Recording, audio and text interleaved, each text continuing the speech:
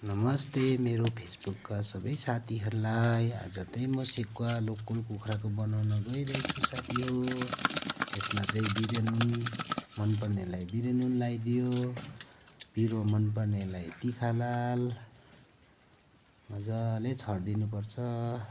जग्गा जग्गा छोडिन्छ साथी हो।